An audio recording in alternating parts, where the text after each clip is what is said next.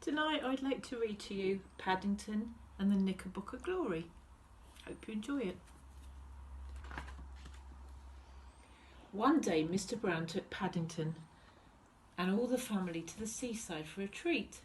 Paddington sat in the front of the car with Mr. and Mrs. Brown.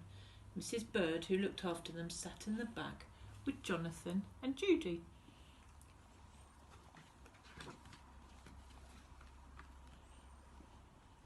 But when they got to the seaside, it was raining hard and there was a gale blowing. "Some treat," said Mrs. Bird. She held onto her hat.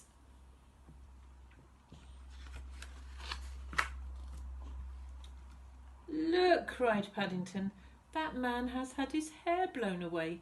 "Shush," hissed Judy, "he's bald."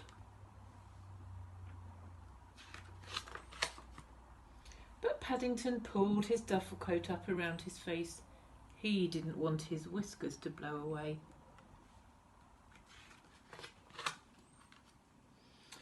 "Let's go in this cafe," said Mrs. Brown. "At least we shall be dry." Paddington looked back at the sea. It was very rough. "I think I shall just put my armbands on in case the tide comes in," he said.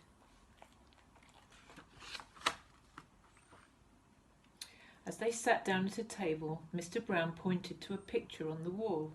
It showed an ice cream called a Knickerbocker Glory. "If you can say that, Paddington," he said, "I'll buy you one just as a treat." Wow, Paddington was very excited at the thought, and he tried several times to say it. "Knicker-knocker glory, gicker-locker-cory, licker-locker-rory." But the more he tried, the harder it was. "I think I may have a cornet instead, Mr. Brown," he said sadly. "It isn't easy saying Knickerbocker Glory." Everybody laughed, and because in the end he'd said it properly, the girl brought him an extra large one on a tray. "I couldn't get any more into the glass," she said. Paddington licked his lips. "What a nice nurse," he exclaimed. "That wasn't a nurse," said Judy. "That was a waitress. Nurses look after people who are ill." "If Paddington eats all that," said Jonathan, "he'll need a nurse." Paddington gave Jonathan a hard stare. "Bears are good at eating ice cream," he said. At that moment the sun came out. "I think it's going to be a nice day after all," said Mr. Brown. "Look, there's a rainbow." "Quick, Paddington," said Mrs. Brown. "Look, before it goes away." Paddington stared out of the window. He had never seen a rainbow before.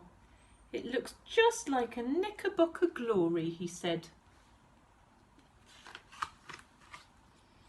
"And it disappears almost as quickly," said Mrs. Bird, as the rainbow began to fade. "You must make a wish," said Judy, "before the rainbow goes." "Then we can play on the beach," said Jonathan. "I wish," said Paddington happily, "I wish I could have a Knickerbocker rainbow every day of the week."